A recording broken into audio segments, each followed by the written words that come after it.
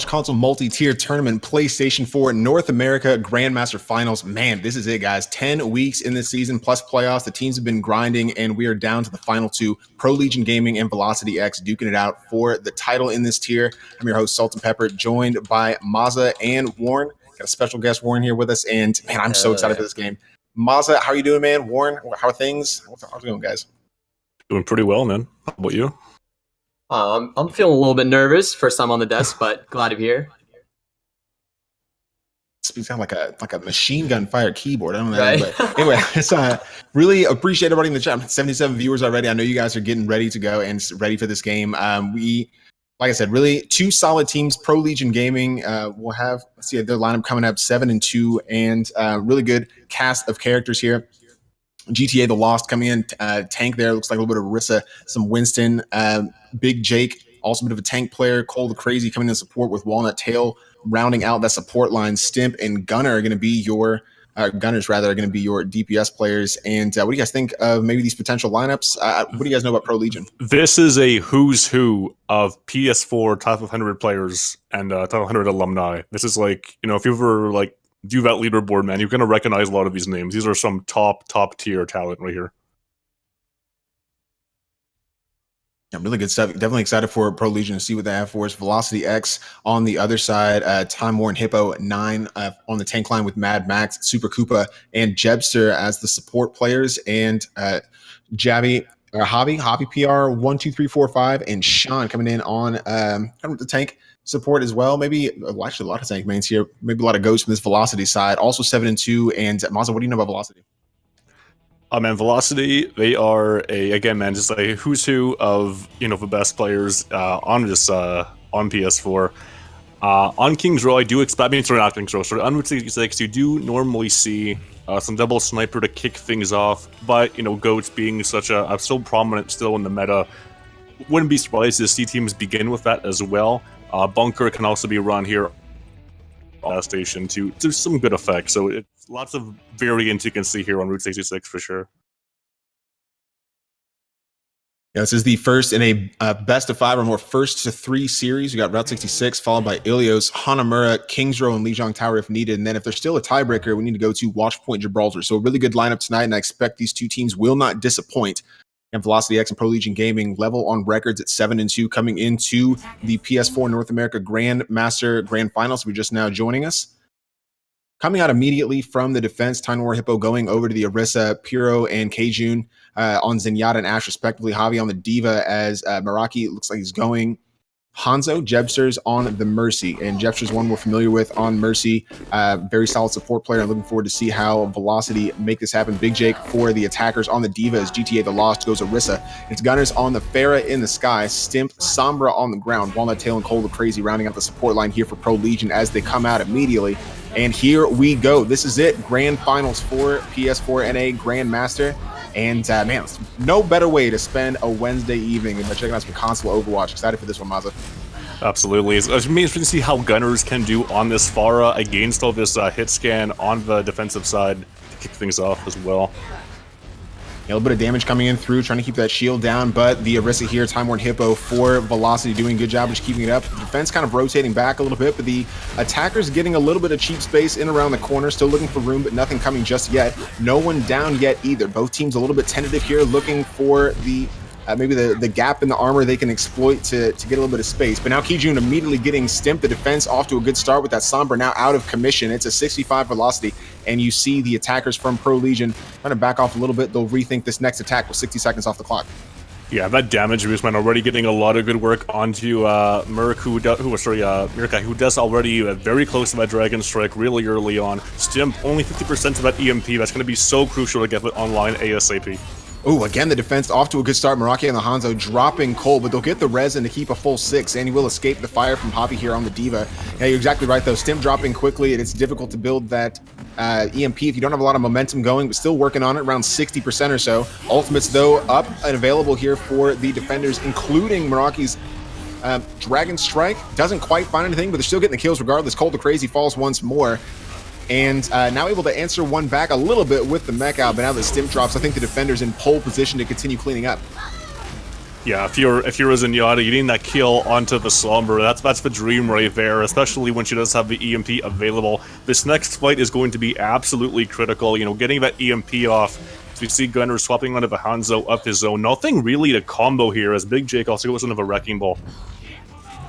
Yeah, interesting to see how Prolegion does use this EMP with not really a lot of other ults to combine. Cole the Crazy, the only one available here. They've got the kind of a more defensive support-ish ult with the Supercharger as well. But now as the attack comes back into point, 1:45 on the clock, still a little bit of time running out. It's effectively 7 members for Velocity, the defense, with Bob on deck. Still hasn't been used yet, but Ultimate's building for this defensive team. Again, the kills go in the way of Velocity. And just absolutely ruthless. Big J seems to like go off the map there on the Wrecking Ball. I didn't really see what happened, so they were already disadvantaged to begin that fight. And you know, with only a minute and a half, under a minute and a half left, this EMP has to be absolutely massive, and it has to be the follow-up. There's going to be a lot of ults invested in this next fight. A lot of ults indeed. It'll be about 5 by the time this fight comes out. Still doing what they can, but Stimp is going to be the critical member. Already, though, a kill going the way of Velocity. And while they do trade and get the res, now it's an advantage for the attackers coming in 6v5 with a supercharger of their own. This could be the opportunity. Now it's all the ultimates coming out. Cole the Crazy with a sound barrier for the attackers, and K-Jun with Bob to try and keep the defense strong, along with the Transcendence here from the Zenyatta Pyro. Yeah, still going back and forth. Not a lot of... really, it's not too clear who has the advantage. The attackers finally with space to start working. Now just 45 seconds, though. Not a lot of time for them to continue pushing. And obviously, you know the defense is going to be able to come back to contest this. But they did use a lot of ultimates in that last fight. And now the momentum's swinging maybe the way of the attackers. Yeah, they held on to that EMP too, which is so crucial. As you see Stim able to get the kill onto K-Jun to begin this next fight. But yeah, holding on to this is so big. Already using the Valkyrie too to just give a bit more pressure, provide a little bit more damage and more healing. Nice EMP coming out. Only catches the one, though. It's Time Worn Hippo, the only one hacked, and the rest of the attackers can kind of group up a little bit. Meraki able to get the only soul hacked member, but the res will bring her right back. 10 seconds on the clock, but they're only 0.3 meters away, and the defense is nowhere to be found. Nice wrap up there for Prolegion just by maybe the skin of their teeth, but regardless, getting an additional bit of time bank here and a late stagger on Jebsters, Mazza. Yeah, Big Jake also was able to use that minefield to completely block off one of the entranceways to go and contest a point. So they would have had to have walked through those mines and take damage. And, you know, some of them actually did crazily enough. And probably to help reset as well. But just overall, a good use of that minefield by Big Jake to buy his team that point. GTA lost a little bit further forward, trying to get a shield down, and does with the help there of Walnut Tail. But Cole the Crazy, again, falling early in the fight. It's been a bit of a trend here for Prolegion, and it slowed down their momentum. Now an attack from the side from K-Jun, who's now switched over to the McCree, getting a double there, the second on Stimp, and the rest of the defenders from Velocity cleaning up Prolegion. And now with 145, this second section of Route 66 is tough sledding if you don't have a lot of time to work with. No, absolutely not. We're also letting this bunker-based Orisa defense get into a pretty good position here. You see Meraki back onto that Pharah. Nothing really to deal with him at the... Actually, Meraki, that first time actually going into the Pharah for the record. So that's going to be quite good value, I do got to say. Waiting rockets down from below. Coming in, though, from the attackers. We'll see if they find anything. It's a nice Transcendence here from Pyro, but early in the fight. Still not a lot coming out from the... attack, though, so maybe they'll be okay. Bomb from the top finds 2 Javi, and now a double Deadeye from K-Jun. And maybe an overinvestment with those ultimates, but it'll win you the fight. Now just 60 seconds for the attackers to respond. Huge there from Velocity. They used way too much. They used the Transcendence, didn't really get a lot of value out of that. Time Worn Hippo did use the Supercharger as well as the Deadeye and the Bomb. So this is going to be a really good opening right now if you are Prolegion. And Stimp with that crucial EMP, the only one with an ultimate. There'll be a sneaky rocket barrage maybe from Meraki on the other side for this next fight. Again, Stimp just looking for the space. Just like in the back here, has a full view of the defense, just waiting for the go-ahead from the rest of the team. This actually could be massive, but it's found out immediately. It's Javi who's actually sees that Sombra. Stimp has to back out, and now they'll delay a little bit. Time to work with, though. 30 seconds. A bit of this poke coming in from the attackers just to try and continue building those ultimates. They're getting a little closer. Cole, 10% from Sound Barrier. The Valkyrie's up from Walnut Tail. They've got the EMP. They find 6. It's a 6-man EMP coming in from Stim. Can they clean up, though? No follow-up here from the attackers on the defense. Really nothing to show for that EMP, and that's unfortunate. Now a rocket barrage in from the back. Meraki finds 1. All the kills going the way of the team in blue. Stimp able to find just the 1 pick onto the Pharah, but the defense setting up shop on the payload and not really conceding any ground whatsoever. That lone Sombra doing everything she can, but not a lot to work with. has to translocate away. Overtime meter starts to bleed down, waiting for the rest of the stall, and maybe the attacking members can come back in. Stimp doing everything she can, and now Cold the Crazy there as well, trying just to help out as long as possible. Meraki not letting it happen, shuts the door. Overtime meter still coming down. Stimp unleashes another EMP, but the members aren't really there from the attack. Still getting room though. Getting some reinforcements finally. Now Cajun coming out to try and shut it down with the Deadeye. Right on point, finds Walnut Tail. This overtime meter begging to drop and does, and that is where the payload stops. Nice round here from the attack, but I think if you're Velocity, you really enjoy how that went. Yeah, you absolutely have to. At the very end there, man, GTA Velost sticking on the Orisa. Unsure why you would really want to do that. Perhaps going on a Wrecking Ball just to get back on that point quicker. Even, even a Winston would help you out probably more in that situation, just to contest and buy some time and get your team back to try to fight. Sometimes, you see this in your ranked games a lot. You even see it here in the high GM levels, man. You see, like, just players who stick to that one character, even when it may not be the best swap or the best hero to run at that particular point in time. Case in point right here. Orisa is very slow, very bulky, very quick to be able to focus down, and staying on that may have actually cost them.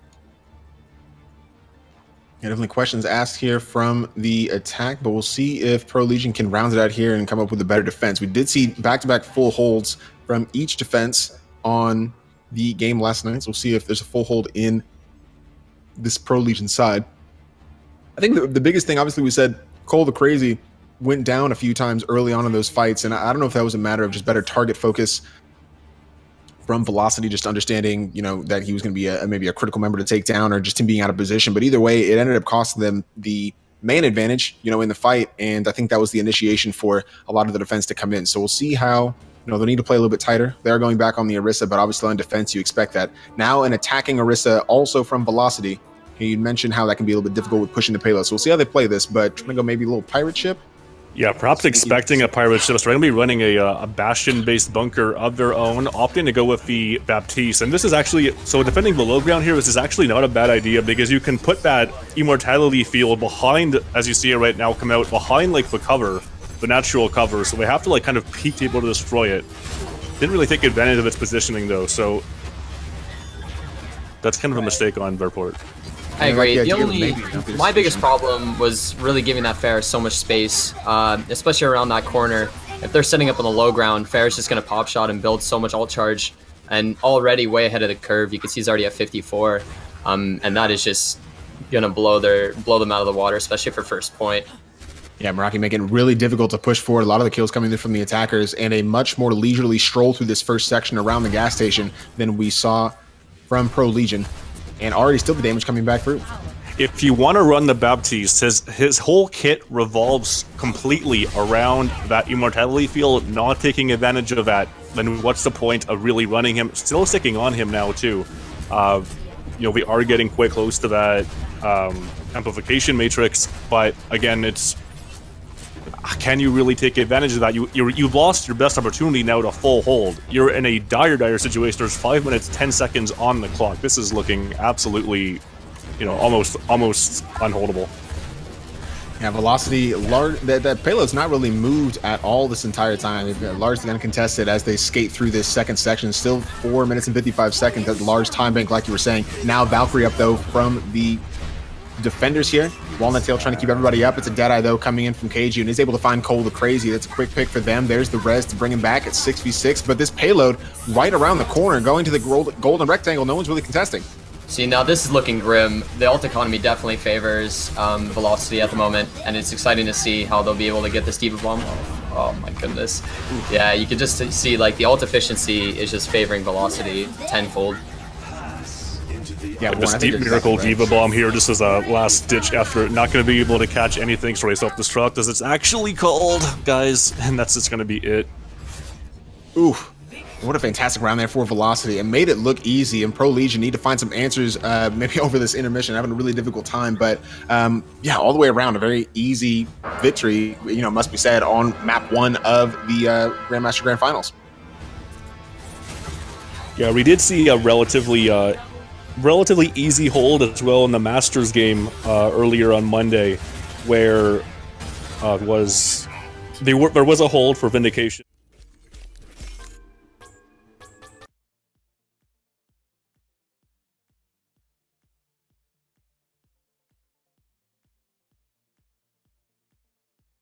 story for Prolegion. Ooh, man, that one round down, multiple to go. We'll be right back after this intermission. Chat, what do you think Prolegion needs to change to take this match? We'll get those thoughts and come back. We return to the Overwatch console multi-tier tournament right after this.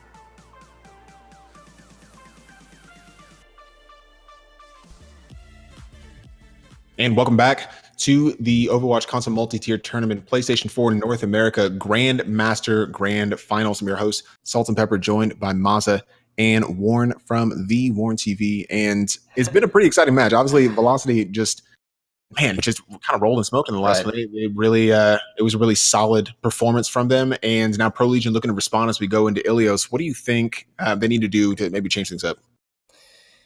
Well, especially if you're going to be running a comp like Sombra or Sombra Pharah, it's important to follow up on those EMPs. And that was something I noticed specifically just because, the other team was just using their ults more efficiently, and especially before the EMP. And one thing I did notice is that he was EMPing even before the bongos. It was just kind of like there wasn't much. And he had a 6-man EMP on second point and no follow-up afterwards, no kills, nothing to give them that edge. And that was definitely something I noticed. Yeah, I just felt the lack of EMP value was another thing too, with a no follow-up. But just like he was dying so early on in a lot of these fights, and that really prevented him from getting ult charge, because like you can't build ult charge when you're dead. And that's just, it's how Overwatch is, right? And so being dead so often, just not getting the value out of that pick. Sombra can be so effective if played properly, and if you can hack your targets, there's good follow-up onto them, you can be a hard carry for your team. We just weren't seeing it there really. Well, yeah, that's exactly it. You have to understand that you're sacrificing damage for that, that effectiveness and that ultimate itself. It's just kind of like an ult-to-ult basis, and that's how you win fights. Just creating so much space, and especially when they were running the ball, Big Jake was doing a great job of zoning off the other team and really keeping them within that cave, especially on first point. It worked out beautifully, and that was something that I'd like to give them, kudos for. That mine was amazing, and it was something I personally like to see on Hammond. Yeah, and they won that fight too, man, without even using the EMP. Like that, sorry, they get to that position where they could mine off that cave area, that entrance.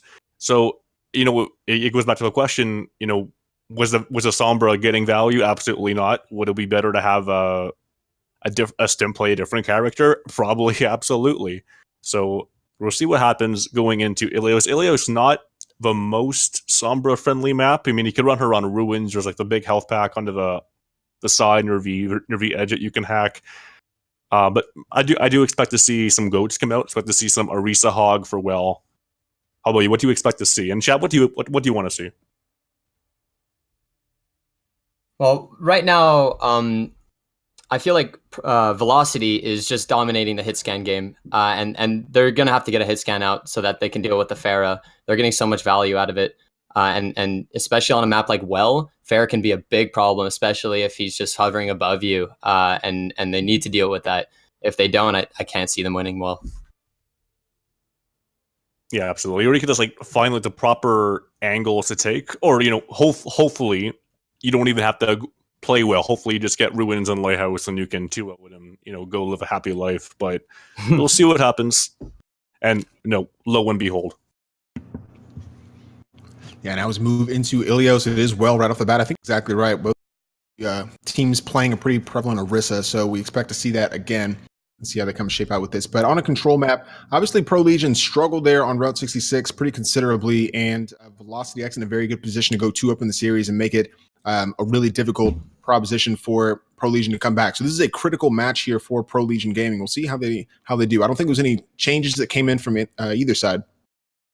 So yeah, no subs coming through. So same teams, and it really could have just been nerves in that first game. Obviously, this game is a $1,500 game. The winner of this match will take the grand prize for the GM tier. It's $1,500 actual cold hard cash. So, you know, US dollars too, man, not like Venezuelan money. You know, we're not talking about real hardcore dollars.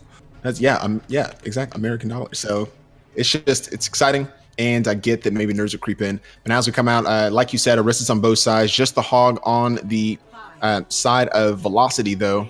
This surprises me, man. Big Jake is pretty well known for his Roadhog play, so having him on the McCree maybe just help deal with this Pharah. So it is going to be dueling Pharahs as well coming out from both teams. And they did deal with Meraki on Route 66. They kind of struggled with that Pharah player, so I can see the strategy trying to come in with the McCree here. We'll see if they can fight Pharah with Gunners in the sky for Prolegion, but looking to have a bit of the advantage as they start to rotate around this backhand side, just setting up here and actually flanking just a little bit. The blue team doing exactly the same thing. So both teams rotating around each other. The hook coming out from Kaijun doesn't quite find anything. Nice actually gets into the pit. Huge here for Prolegion. That's exactly what they needed to start this game. See if they can get a bit of this advantage. Maza and they've taken the point. Yeah, and then they decided to like try to come back in, but when it was like way too late. They need to disengage right now. They're just going to be giving up a lot of ult charge here. Teresa trying to get away. Just, dude, there's a well you can jump into to reset. I don't understand this. Right. Maybe the default is just to try and find an edge, because not every map has a chasm in it. But now a bit of a boot coming out for the defensive Orisa, while Time-Worn Hippo has to drop off a little bit and getting into a difficult spot. But as they go to rotate maybe again, the rest of the team pivoting around towards the back of the point. Hulk coming out, Pulse 1, not quite into the pit though, still pivoting and trying to take the fight directly to Prolegion. Velocity with some interesting ideas. Valkyrie up here from Jebsters to try and keep everybody on their feet, but they're maybe expecting the Rocket Barrage from Gunners. Wouldn't be a good time to pull it now with 2 members down, and Prolegion with the man disadvantage. Transcendence coming out here from the blue team as well, and they should be able to round out this fight enough to clean up and take it. I think Prolegion is honestly playing very scared right now. They didn't capitalize on Time-Worn Hippo being out of position, like whatsoever. They instead basically just held their position back right near the where they had set up in their bunker. Didn't pressure that, and you know I think it really goes to show that they're playing scared right now. They are definitely afraid. I hope they figure out some solutions, because this best of 3 will, or rather 3 maps will come and go faster than you realize. Still the ultimate advantage going the way of Prolegion Gaming. They can definitely come back in and take this, still with the percentage on the point as well. Pyro for Velocity looking to flank around a little bit, but yeah, not really a lot of initiation coming out. Finally, the ultimate's build. It's a supercharger Meraki, though, with the Rocket Barrage from behind will make it difficult. Already, it's Big Jake down on that McCree. Rez coming back in to keep it at 6. Kaijun coming back in to take in Gunners, but yeah, Velocity with the advantage. This McCree popping off right now. Yeah, he's just an absolutely dominating here on this McCree, really making life really difficult for Gunners as well. I really don't really know what the solution here can be. Like, if you're being outplayed in the Pharah duel also, it seems. I have to go classic double hit scan to 7, but now it's a self-destructing over the top to see if they can catch anybody. Nothing there for Javi. Still the Rocket Barrage for Prolegion and Big Jake, so they've got a bit of the advantage in the ultimate department. They just need to actually commit. Here comes a Deadeye, though, from Big Jake, looking for something. Everybody's hidden pretty well and actually gets taken out by the Pharah in the sky. Both Pharahs getting a little bit now as the Rez comes back in from Walnut Tail. And yeah, it's just a lot of bit of poke back and forth, but Prolegion's not really doing enough to really attack the point, and they're allowing Velocity to have a lot of space. Now Rocket Barrage over the top, though, finds the one before Meraki takes down his opposite. And still, the point continues to climb. 90, 91, 92% here for Velocity. It's looking a lot better for the team in blue. Ooh, there it goes, though. Flipping the point back and maybe just at the death. Yeah, really well done there to finally take this point back. So far, we're seeing a lot of flips so far here on Well, and you know both teams sticking with this Orisa too. Normally, what would happen on Well is you would run the Orisa to begin with, and once you have control, you stay on it. But when you lose control, eventually, you do end up swapping off that Orisa, going to maybe like Goats or going to Winston, going to a dive-based comp variant. Instead, both teams really comfortable at bunker. It seems. Yeah, a little bit of a slow and steady, just kind of positional game back and forth here, just trying to exploit maybe some of those mistakes. Deadeye from KG, everybody's well hidden. It's going to be a difficult spot. Oh, is able to find Stimp, though. What a gap. A really difficult spot, and just right time they're able to find the one. They'll get the res anyway, so now it's a 6-6. Here comes the Dragon Strike, though, from the res Stimp. The Transcendence a little late from Pyro, as you kind of expect maybe a bit of an engagement or something. 3/4 of the point back towards Velocity, but it's going to be a contention coming back as we've hit 99% for Prolegion. KG into the back finds one on Big Jake. There's a rocket barrage right in their faces from Meraki. Is able to find two. Huge here for Velocity. You should expect them to flip the point back. And they do. Now a 99-99. Overtime meter ticking down, and Prolegion do not have an answer. Nobody will be able to get back to point in time. The first round on Ilios going to Velocity. Pharah is just so dominant on console. Like normally you would see on PC at this level, man. One of the teams would just have like a Widowmaker god who can just completely shut that down. But here it's just like Pharah is just so dominant, and we're just seeing constant barrages, constant 3Ks. The res is coming out, and even if you do end up killing the Pharah, guess what? You know, she has a second life courtesy of that Mercy. It is really looking like Prolegion is not able to take this Pharah duel whatsoever. They are losing the air battle, and as a result, they are losing the ground war. Yeah, looking for other options, but now it's Gunners over to the Tracer. Stim still on the Sombra. Big Jake switching over to the Hammond now instead of the McCree played earlier. So they went from running the hit scan, Pharah option to try and contest, maybe expecting the Widow here, because actually no Pharah for Velocity. So I guess it kind of works out. They really could have gotten caught out there, but bit of a Widow opportunity for KG and see what we can find across the way. Yeah, Risa and Hammond coming out here from Prolegion. This is normally you do run Hammond as the main tank, not as the off tank. So this is again, man, this team's looking very comfortable on the Orisa, but it's not really paying off for them yet. A unique combination here from Prolegion. We'll see if it pans out for them on the second point. Already about halfway the point, going the way of Velocity early. No significant kills, as Cajun's still looking for space in on the high ground. Just Gunners there to really contest that fair, but Meraki makes quick work of the Tracer. Still Prolegion now flipping the point their direction. Pixels away from being able to take it early on, and they need something. Cold to Crazy finding a pickup, but it's just back and forth as Time Warn finds what as well. Finally, Cajun in the kill feed on Stimp, and Velocity might be able to swing this back the other direction. Ooh, finds a second. Good stuff. Man, looking at Keiju now on this Widowmaker, even if Prolegion did have a Pharah and they were looking dominant on that, just seeing Keiju on this Widowmaker, it begs the question: what are you really going to be able to do against this team right now? As their dive is now looking extremely good at this level of sniper. Exactly right. Velocity just asking all of the questions, and Prolegion without enough of the answers so far. Still 14% starting to climb. A supercharger available for GTA The Lost, used now as they go back in to re-engage. Big Jake trying to get Cajun off that high ground, and does so kind of successfully. Is now back on the ground. Gunners has an opportunity to harass this sniper. Getting a bit of a handsful though, as that Hanzo is also making it difficult, but still the point in. Oh my goodness, Cajun. Oh, with a second. Absolutely bananas from this Widow, getting a couple, and I think that's going to hold on to the point for Velocity.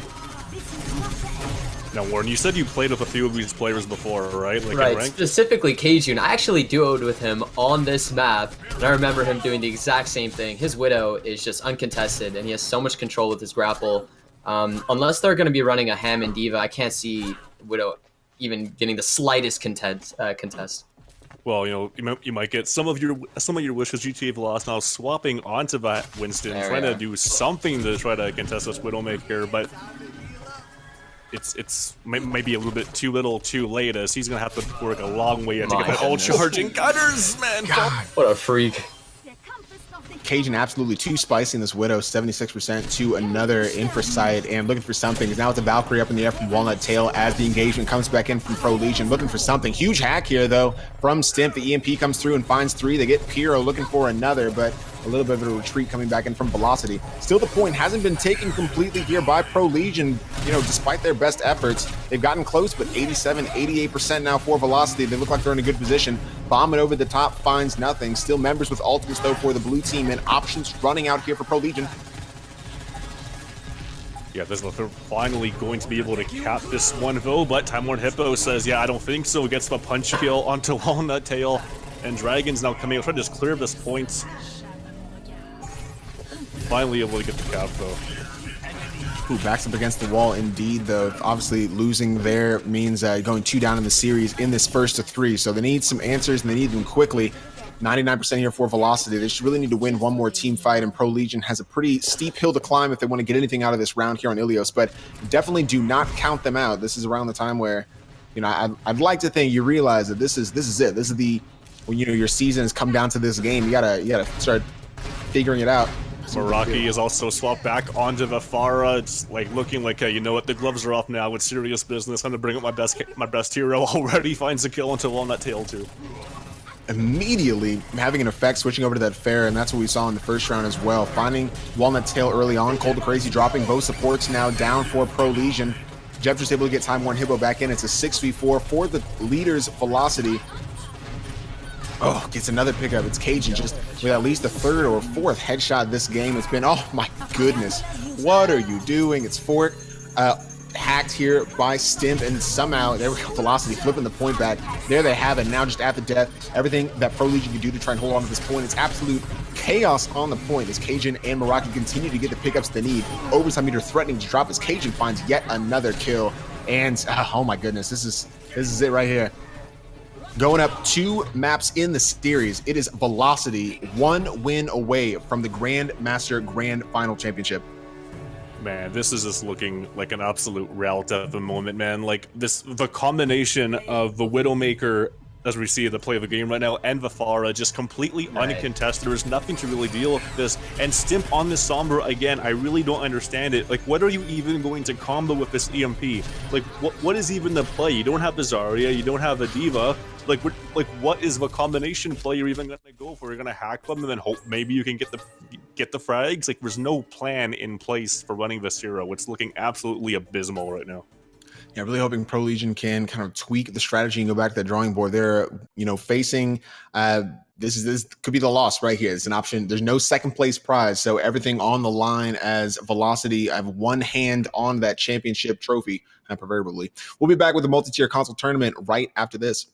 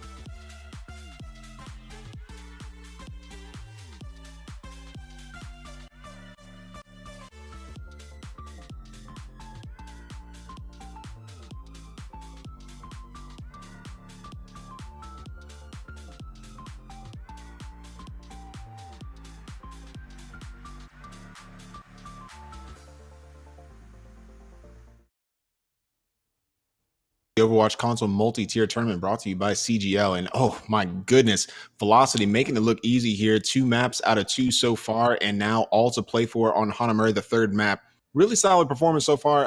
Prolegion haven't quite found the answers yet. I know they've been running some interesting comps. We can kind of get into that with Maza and Warren from Warren TV here in just a second. But man, just that really solid play, especially from Cajun, really shining there on the Widow in on Ilios. And Maza, what do you think the answer needs to be from Prolegion? Like, what are the difficulties so far, and how do you think they approach this Hanamura map?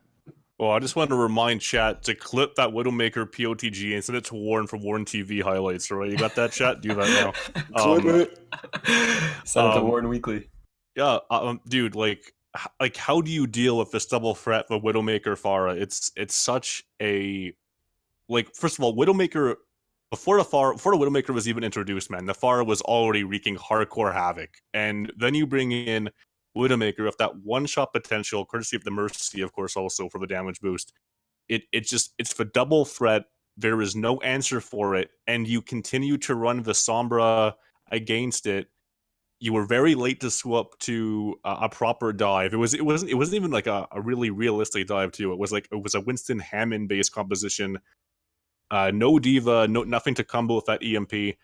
Warren, like how would you personally if this is a rank game and you see this, man, what do you do? This is a Warren TV game. All right, so I've actually been in this position a lot. You know, you're playing against these top tier Widowmakers, and if you're not able to counter Widow, sometimes it's best, and especially from my point of view and my experience on a couple of different heroes, I'd mix it up entirely. You got to throw something cheesy at their way. Running that typical dive with a double flanker is not working. You're not getting the space you need, especially when they're running Orisa Hammond. I think that they need to just get to point, and if this was myself, I would have just gone on point, set up turrets, and bunker up, because right now you're not winning the Widow duel, especially, or at least I haven't seen any of the DPS try to out-Widow him. I do believe counter Widow might be the answer, and just hope that the dive doesn't contest you. I'm not sure what to expect on this Hanamura map. Honestly, if that's me, man, I'm just walling my teammates in spawn, and I'm just staying there and hoping for the next game, I don't get throwers. That's basically what I'm doing. Don't do that, chat. You might get banned. I definitely do not. But now coming into the next map, Hanamura, and obviously it's going to switch up a little bit. We'll get to change sides. Opportunity now for Legion to defend first. They will be switching sides, so we'll see how that goes. Really appreciate all the engagement in the chat, though. Love the conversations going on, guys. So if you support CGL at all, throw a like, or rather a follow or a subscribe our direction. Bits, every little bit helps, and really appreciate all the support we've had throughout the season from all of our subscribers. Really excited for this Hanamura game. Like I said, everybody's switching sides, and we're getting into it. This could be Velocity's time to shine here, and a chance for them to take this championship. But Prolegion, still in it, all to play for, and an opportunity to come back and change it around. We'll see what they can do.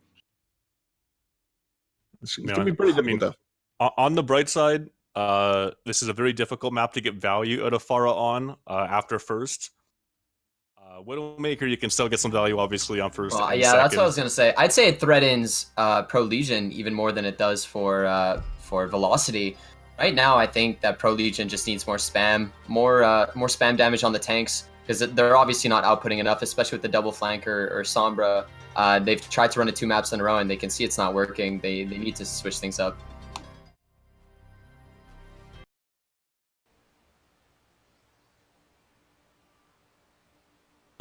We'll see what options they come out with. There's no substitutions on either side. You did see on the Prolegion bios trick. I don't know how accurate that is. But if that's the case, we see Stim calling the Sombra again. They could run into, but at least on Hanamura attack, you see a little bit of Sombra, so it might be all right. Yeah, if they can just get the value with that EMP, if they can get the wipe, then they're going to be in a good shape. That's basically why you run the Sombra, to get that team wipe, and you have to just have the ultimates available to combo with it. And so far, we just haven't been seeing that, and so the Sombra pick has been pretty much completely useless.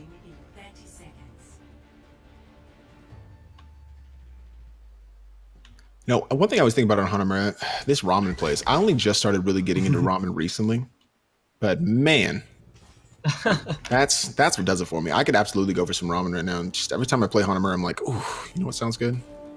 Ramen. common. Not coming out here. Stimp actually switching over to maybe, Widow on defense. That's definitely not a debate. Gunner's going over to the Junkrat. Bit of a different comp we've seen so far, and Big Jake on the Roadhog, like you were saying in the pregame. Classic Roadhog player. Excited to see what he can pull out, and maybe just going back to the strengths here for the attackers. This time, Warren Hippo on the Wrecking Ball, getting hooks immediately and melted. Oh God, it had completely dissolved right off the bat, and Prolegion, if they could continue defending like that, they'll be just fine. Yeah, this defense right now is actually looking pretty good. So one thing about like Big Jake and GTA Veloz is like their hook halt combos are so on point, and plus with that Widowmaker, you're gonna be able to definitely threaten. Oh my God! I'm sorry, Mazza. Continue. Big Jake with the big hook. They should finally be able to put pressure on this Farah and hopefully get some sort of thing accomplished against it. Big Jake with a third hook in a row onto this time-worn Hippo, and he's gonna have to get out of range or something. Big Jake's hooking him from all over the place, from the sky and down below. Javi with a quick pickup though for velocity as they attack in a point, and already with a bit of the advantage here. Contesting, we'll see what they can do. Not a lot of members. A fourth hook onto Big Jake, and maybe just a large target. I don't know what to tell you, but Jake here on the Roadhog doing a solid job. With another hook here and finds another. I think 5 hooks, 5 for 5 so far for this Roadhog, but still the advantage maybe going the way of the defenders, really back and forth. Here's the whole hog, finds one, finds a second, looking for Meraki in the sky, and a little bit of damage coming in, but the Jebster's Mercy will keep that Farah at least up for the time being. Still no tick earned though, Mazza, for either side. It looks like Prolegion might be able to round this out. Yeah, we also have that Supercharger active right now, so fighting into this is going to be probably a death sentence. It's also in a pretty good position, that shield just covering enough of it to prevent any sort of damage. So, a good way to definitely force the enemy team to back off. I also want to point out that Piro here on the Ana is quite a good pick, especially against a Roadhog, and with no Diva on the enemy team, these nades can get a lot of value. That could be a fight winner right there. Fortunately, the Gunners wasn't able to get a little bit more out of that tire. Didn't quite catch, but here comes a Rocket Barrage. Meraki finds one, 2 members down now for the defenders. They'll res one back through Walnut Tail, but the advantage still going the way of the attack. Though I say that, and Walnut taking matters into his own hands, getting Cajun there on the Hanzo. Time-worn Hippo doing everything, though, to try and get things going. A self-destruct comes out, doesn't find anything from Javi, but the pressure's still on from the attackers. In a very good position now, and they should be able to start earning some sticking percentage on this point. Big Jake looking like a one-man army right now, and he's going to have to be able to pop that whole hog. I mean, knocking the Ana back now, trying to get that confirm. Gets the kill on the Viana. So far, so good for him, but as Walnut Tail falls too, that's definitely spelling some bad news. Big Jake has been on fire. He really has. I appreciate this switch to Roadhog. It's been fun to watch. A lot of big hooks coming out from this hog player. Sounded pretty solid. Yeah, I think that's going to be it for Velocity. A nice pickup for them. Minute 8 on the clock. They'll get another 4 for this next point. So, figure about 5 minutes or so as they attack B. Still looking a little bit better for Prolegion. Definitely not the kind of, shall we say, tissue paper defense that we've seen in the last 2 maps. But I like what I'm seeing from Prolegion. I hope they're really able to pull this back to some extent. Right now, but look at the ult economy, though, man. Time-worn Hippo does have that minefield. Cajun does have Dragon Strike. Javi popping the bomb relatively early on, or maybe it was just a remake, actually. Yeah, I think just a remake. No, you're right, though. Ultimate's still building for the attackers. They can build some momentum here. Like the initiation coming in from the staircase. There's a Dragon Strike coming through here from Cajun. Doesn't quite find anything, but it was optimistic. Now pushing into point, though. Time-worn with the minefield onto the point immediately. GTA very, very low and could get crowded out here, but finally finds some rescue from Cole the Crazy on the Lucio. Big pick from Big Jake onto Javi. Can't quite find anything, and now it's just a brawl on the point with 4 minutes to go. Walnut Tail with the Valkyrie up as Big Jake pops this whole hog, and I think that may be enough for the defenders. It's a last minute. The sound barriers, they try and clear out the rest of the members of the attack, and it could be a good stagger here on Javi, but I think the fight just about won. Yeah, that sound barrier looks like a bit of an over-investment right now, I do gotta say. Would probably like to have that one back. It's unfortunate now with both of the supports around the teens as far as ultimate percentage and ultimates building here for Velocity. Meraki now having switched to the Somber, so we'll see how that pans out for them. Time-worn Hippo going off the Wrecking Ball to a Winston. They're going to be going some dive-based comps here with the Hanzo. I don't know, they might just throw the bomb in here. Hopefully, we'll see what it gets and have Meraki build up for that EMP, try to combo it with something. I do think that Sombra is much better on the attack here, though. I mean, getting that EMP is such a fight winner, and you need to get a team wipe to really cap overall. Now a little bit of percentage starting to build. I think you're exactly right. Here comes a Dragon Strike from Cajun. And then gets a big pick up. Trap, though, on a time where Hippo going to be forcing it with the res. Let's see what it goes off. Yeah, ultimately, still trades back and forth. The reses do come through either side, but obviously defenders with the shorter respawn will have the advantage. Gunners now with a tire looking for something and does find Meraki on the Sombra. Very nice pickup there, and now it's just a few members from the attack trying to hold on. Javi out of mech, and yeah, rest of the members continue to fall. I think it's going to be another hold here for Prolegion, and again, that's exactly what they need. No ticks gone yet, 2:30 on the clock. They can still definitely hold on to this, Mazza. Yeah, I just want to point out, too, that kill on the Javi, like, guys, don't do this, man. Like, this is GM level. You have the baby diva alone on the point. You have a Roadhog. You can, like, have her try to jump off the map and just hook her back in. Like, I really don't like that play. You could have gotten way more time off the clock if you had to just stagger her a bit. And Prolegion, I think, again, now down 2 maps in this series, trying to hold on as long as possible. You wonder how much of that strategy is you're able to focus at the time. But now as the ultimate start to come out, Walnut Tail for the defenders, a preemptive Valkyrie just to make sure they don't really give anything up. Stimp on the soldiers already earned the tactical visor from that last fight. Hack now won't be able to use it, and that's a big hack there for Meraki, who's already got the EMP, having switched over to the Sombra here recently. Big onslaught here for the attackers. Finally, Velocity starting to earn some percentage. Here's a tactical visor, though, looking for something. Does find one on a Javi who just got out of mech. The attacking Dragon Strike may find a couple and does find Gunners on the Junkrat. A lot of ultimates again invested here from Prolegion, but they'll wrap up a defense once more. Man, Big Jake has just been such a beast on this Roadhog. I don't know what other word you could possibly use to describe it. He's just been like essentially carrying this team with all these ultimates. He's getting such high value out of these. There's nothing really to shut him down to, except from a hack perhaps to really negate that ultimate. I mean, normally right now you see like Brigitte run a lot or some sort of like stun ability that can take him out, but not right now. A hair over 57% earned here for the attackers. They have all the ultimates to work with, including another EMP or the EMP rather from. There's the defense playing around that EMP right now. They don't want to be in a position where they all get caught by it and get wiped, but it may end up costing them in the long run.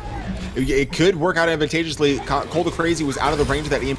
That's Sound Barrier off to help. They did get a second tick, but only 2 members were calling the EMP, so Prolegion may have a chance here. 39 seconds, not a lot of ultimates to work with, but they've dealt with the onslaught from the attackers. Still, that percentage continues to threaten to tick ever further forward. 85, 86. It's going more quickly now. Velocity with a lot of space out of the point, and Prolegion with not enough members to defend. Getting it to overtime is so crucial. You see the emergency Doomfist swap, but he gets hacked and gets taken out, and they just couldn't do it, man. Big Jake swaps onto the Wrecking Ball, which would have bought so much time. So much time, but just, oh man, that feels bad, man. And you see the Cavalry coming back in 18 seconds. You're right. They wanted to get that to overtime, but couldn't quite. Warren, what was your takeaway from that first map? Obviously, Prolegion so close with just holding on to just the 1 point and getting something out of this round, but now giving up the 2 with time on the clock. How do you think they approach this attack? Right, so, I mean, one thing worth noting on defense is Big Jake was just controlling the high ground, especially it's the first time in this entire series I finally see Cajun in the kill feed on the opposing end dying. So you can see that Jake is holding the high ground and he's hooking the Mercy and the Hanzo especially. And one thing I noticed is that he ended up dropping off of the high ground and getting EMP'd, which definitely costed the team. He should have stayed on high ground, just feeding off of them like he was. But for the attack, I think just play as you were. They were doing really well. Gunners was getting a couple of picks on Junkrat. I'm not sure. What do you think? I think having Gunners here going on to Vafara, Junkrat on defense obviously is normally what you do end up seeing if you're going to be seeing Junkrat at all. Very rarely do you really see Junkrat be run on attack, with the exception of like maybe King of the Hill. So going on to Vafara, I think it's going to really depend on what he sees. We see Meraki on this May pick, so this is going to be a May-based bunker composition, and basically he's playing around this wall, trying to wall off GTA Veloz as he can get in. I think a great solution here might be to actually run a Sombra, a Symmetra rather, and just try to bypass all that and just get straight to the point. Yeah, so quite a bit of Symmetra on the game yesterday, not as much here, but I like the flexibility from Meraki, like you said, switching over to that can be here for the defenders. Stimp onto the Hanzo now. They've got Gunners on the fair as well, trying to get a little bit of damage in from the sky. Cajun looking to deal with that aerial threat in from the back. and already getting a few picks left and right. Big Jake with a big hook, but overextended and dropping quickly. That's going to be difficult here for the attackers. Finds a second in Cage and really just picking up where he left off on Ilios with a nice double there. Yeah, but Rez has come out onto Big Jake. That's a nice DMAC onto Javi, though, and the eventual kill. But now you lose both supports, and this is just not where you want to be right now. It's Cage, you're going to have that Deadeye for the next fight. And Meraki, man, 72% to the Blizzard already. This is a lot of ult charge going their way. Not so much for side of Prolegion, though. Yeah, mega oof on the Prolegion side, but they've got time to work with again. Still looking for a space in this attack. Cajun already with the Deadeye will make it difficult for them to push through, or at least Gunners and Walnut Tail, presumably who will be in the air, will have to adjust. But it looks like Gunners actually, having only gotten 32-ish% to the Rocket Barrage, opts to switch over to the Junkrat. And I think being able to get just that poke damage in from range may be really advantageous against this defensive bunker combo. Yeah, probably. Plus, the fact is, like, Tyre might be a bit more reliable here than Barrage. I mean, the joke, obviously, with Barrage is, like, you press triangle to die, so not going to have that problem, right? A lot of ultimates available here for the defenders. First of which coming out, Cajun with another double. Free is just untouchable, it feels. Really nice coming out from the attackers again, the defense rather. Velocity and Prolegion just knows when it's time to hold them, time to fold them. Will drop out. They do have ultimates on the way though. Stimp having just earned the Dragon Strike, Walnut Tail close as well. They've got just about 5 coming up. Gunners the only one behind, having just switched to the Junkrat. Yeah, I think their best case scenario here might be to combo this Dragon Strike with a very, very well-timed halt and just try to get the Mercy with that, and that's really going to become your winning condition. Hero, though, very, very close to, and another nice wall, splitting the team. Yeah, I think you're right. A really good, well-timed wall there from Meraki, who's got the Blizzard, able to isolate Prolegion, but they get members through and they don't lose anyone, forcing the defenders to pivot back towards the point. Still a bit of an extended poke phase here as Prolegion do have a better position, but they don't want to take it all at once. Just waiting to take what ground they can. Here comes the Supercharger from the attacker as the Blizzard comes through as well. Dragon Strike and a Transcendence, everything out. Frozen, GTA the Lost, by himself, dropping for the attackers, but the advantage still going, or for the defense, but the advantage still going the way of the attackers. They have a lot of pickups. They do get the res on a GTA, and I think this could be it for Prolegion. Walnut Tail with yet another kill. Not the first time this match that Mercy has taken things into her Caduceus Blaster hands and gotten a pickup. And finally for Prolegion, breaking through and actually taking the point around the same amount of time left as Velocity. So interesting to see how they push the second one. Yeah, absolutely. Plus, we're going to have both DPS ultimates online incredibly quickly. We said, like, Gunners, man, like, there is no Transcendence right now, so if they can get this kill onto the Zenyatta or the Mercy very, very quickly, it's going to open up a great opportunity for them to just steamroll. 2 big ultimates, yeah. Got that Tyre. Dragon Strike on the way, things building here. Walnut Tail with the Valkyries to help throughout. Here comes the first of them as Gunners comes in with the Tyre. Taking a creative route, trying to avoid a lot of the double. That's exactly what they needed. It's gigantic. As he also gets Javi out of mech. Oh my god. That's when Prolegion needs to get back into this. Huge hook from Jake. Again, midair on Jebsters on the Mercy. And man, this Prolegion team looking completely just renewed on Hanamura. Aggressive like we haven't seen before. 2 ticks already. They've got 4 minutes on the clock still. This is absolutely fantastic. You are going to lose Gunners, though, but another nice kill with that Stormbow onto Keiju, landing that headshot. And the DMAC comes out too. Meraki then is swapped onto the Genji now. That's something you don't really see very much of anymore. Yeah, the time is their biggest enemy right here for Prolegion. They need to get these members as quickly as possible to continue earning the rest of that 18.8%. They're getting a little bit more of it here at 86.3, but still looking to get as much as possible at 94. They're blocking the exits. That is it. Prolegion turning it around. Minutes on the clock as they go into round 3. Huge round on Hanamura for Prolegion Gaming. That Tyre should never, ever have gotten that much value from where it was coming from. Tyre only has 100 health, guys. Only 100 health. That should have been, should never have been able to get past that shield. Should never have gotten 1, let alone 2. Just completely open things up hardcore. And, you know, what else can I say? You know, just crazy, crazy. A bit of luck, maybe a bit of skill too, but definitely some luck in there. Absolutely. Guys, do remember to submit your clips for Warren Weekly on Fridays at 4 p.m. Eastern. We got Warren in, obviously, in the commentary with us, giving that dope analysis. What do you think from that second round? Obviously, Prolegion turning it around. Right. I mentioned it even before the game started. Gunners needed to go spam, and Junkrat has proven to be just as effective as anything else. His tires have been massive, you know, most of the time getting 2 or more people, and that last tire was amazing and a perfect example of that. I'm actually surprised he didn't go for the Pharah, but I guess he just Leroy Jenkins it right into the enemy team, and it ended up just working out. Yeah, always expect the least expected. They didn't quite do that there, and that's exactly why I was able to find 2. But, you know, here's where it comes back to you, right? Like, you were able to cap with 18 seconds left. You get to go again. And this match is not over. This match is still absolutely a chance for Velocity X to win overall. Be a short push here for Velocity. They're taking their time with it, knowing that single pick could really change the tide of this fight and this game. And they need something to King's Row, but Prolegion obviously holding on as much as they can, looking for something. They just have to really defend one extended fight to try and have a really good chance of taking something out of this series and starting that reverse sweep.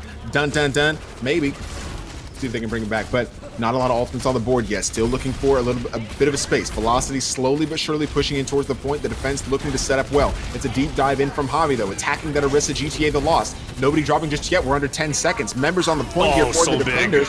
Piro getting GTA the Lost immediately maintained down. Big boop for enemy at res. That's absolutely massive. Oh my god, and Gunners finally finding Piro. Maybe the defense can wrap back up, but now Cajun getting in. It's very point, and they need something. Prolegion looking to hold on. Can they do it though? All the kills looks like they're going the way of the attackers here. And I don't know. Cole the Crazy doing everything he can. He's got a sound barrier now. That could be critical here for the defenders. Prolegion looking for something. He's waiting for a little bit of space. Finally decides to use it. Big Jake and Cole the Crazy Stimp here on the point as well, looking for something. And it's, I really can't tell if they're going to be the advantage. Velocity doing everything they can to hold on to this. Now they're embedded in the corner. But the Dragon Strike finally comes through. Kills Piro. That's gigantic. Was that from spawn? Yeah, I think it was. He launched that like probably 10 seconds ago. Cajun though answering back, finding Gunners. Walnut getting the res though. Fenders holding on strongly. GTA the Lost. Big J. Oh, meter ticks down. Prolegion holding on in round 3 in Hanamura and a chance to pull this back. As if they held that. That was big with the flanking around the other side. It was just so crucial. That was crazy. What a round. That is exactly what Prolegion needed. And obviously you hate to see them start to pull out some of this type of defensive effort and gameplay, and, you know, backs up against the wall in round 3 and, you know, when you're already down 2 maps. But glad we're seeing it better late than never, and they may just be able to force the King's Row game with an aggressive attack here. They only need a tick, and 421. Nothing to sneeze at. That may just give them the confidence boost they need for the rest of this series. That is a remarkable hold. I think that was borderline a foolish hold. That's the kind of hold where it's like, see, free PO tells you the odds, and you're like, never tell me the odds, and you just completely navigate that hold and you pull it off. Absolutely, and not even. Like, that could have been so bad because they were investing so many ultimates into that to try to hold on, and if that fails, then you get steamrolled B. Mark my words, you get 100% steamrolled B. So I think it's remarkable, but also very quite lucky too at the same time. Like I'm gonna be honest, right. But still remarkable, still absolutely fantastic Overwatch. Prolegion now with a chance, maybe a little bit of a chance to get back into this. Obviously, they only need the tick, like we said, 4:17 on the clock. Gunners here looking for a bit of a route around. They've got the May on the defensive side from Meraki, so obviously they're expecting that wall. We'll see if they can bait it out. Jumping over the top, avoiding the wall, and I think most of the team actually did get through, and they'll pivot up to the high ground. Big here is a swap. They do have the res on the attacking side. That both reses come through. It's still a 6v6. A Stimp and Piro get back into the mix here. Coming around towards point. Prolegion again. They have a little bit of time to be a little aggressive here. Obviously, they'll have more than one attack, and we'll definitely get to a round of ultimates unless they take it right here. Big pickup for Big Jake, though. Meraki dropping early. Still a swap as Cole the Crazy drops. Now supports in the feed left and right. And Jake just trying to take matters into his own hands before Cajun finally recognizes the threat and drops him. Still members of for Prolegion trying to get into something. There's reses available, but trying to find this walnut tail. Nice hide around the corner to pick up Gunner to get back into the fight as Time Warn drops down his opposite. But I think all the way around, it's going to be a Velocity defensive effort. Successful here as they clean up Gunners. Yeah, this extended fight right now is actually just really going to be helping Velocity next if we're going to be able to get people back from spawn. If Prolegion had have backed out just a little bit sooner, they may have been able to get an attack as some people were still coming back from spawn. Instead, we're going to be seeing probably another 6v6 fight for fight 2, I guess, of this next hold. I think you're exactly right. Also allowed opportunities for Velocity to build up those ultimates. You see Time Warren close to a supercharger. We should see that shortly. Cajun with Bob as well. Jebsters with a Valkyrie. So a lot to work with as both Valkyries are up now, but you expect that with those ultimates, or with that supercharger used, that Prolegion, they're just going to back out and just wait that out, come back to fight another day. But Meraki immediately getting a pick of Walnut Tail. That's gigantic. 6'5". They could definitely run into this. They'll have to be, and there's no, oh, God, getting mixed up again. Meraki switching off the mate of the Tracer. Whew, scared the hell out of me. I thought just be able to roll directly on a point. Helping to the Tracer is actually kind of good news, though, for Prolegion. You don't have to worry about that wall anymore. You can probably take a much better engagement overall. Like, you see Bob coming out now, going to be able to create a lot of aggro, a lot of space. Yeah, you're exactly right. GTA making quick work, but has to push out a little bit further. Gets a drop, but the res comes through. So still an advantage, perhaps, for the attack if they decide to push this. Gunners with the tire. He's been successful with those in this game so far. Over the top, looking for something. Can't quite find anything, though. That'll be unfortunate. Sound barrier will help the attack initiate. Now they're pushing the point. A Transcendence out as Time Warren drops. Cannot save that main tank. That's too bad there from the Transcendence, but still a pretty even fight. Gigantic double bomb from Hobby. And Velocity will clean up again. Yeah, what was looking originally like at first like, hey, you have a lot of time to work with here. This looks like it's going to be, you know, your first win of the series. You're down to a minute and a half. You had 4 minutes and 21 seconds to try to take this one. Stimp now is swapping onto the Widowmaker. Gunner is going to be going onto the Hanzo. Oh yeah, man, like that's more like it. That's definitely the switch they needed, was the double snipers. Seeing as though Ash has such a huge headshot hitbox, it's amazing to see. That supercharger comes out in a really awkward position. Nothing really to protect it either, and that just gets taken out immediately. Perhaps some tilt on the side of Prolegion now.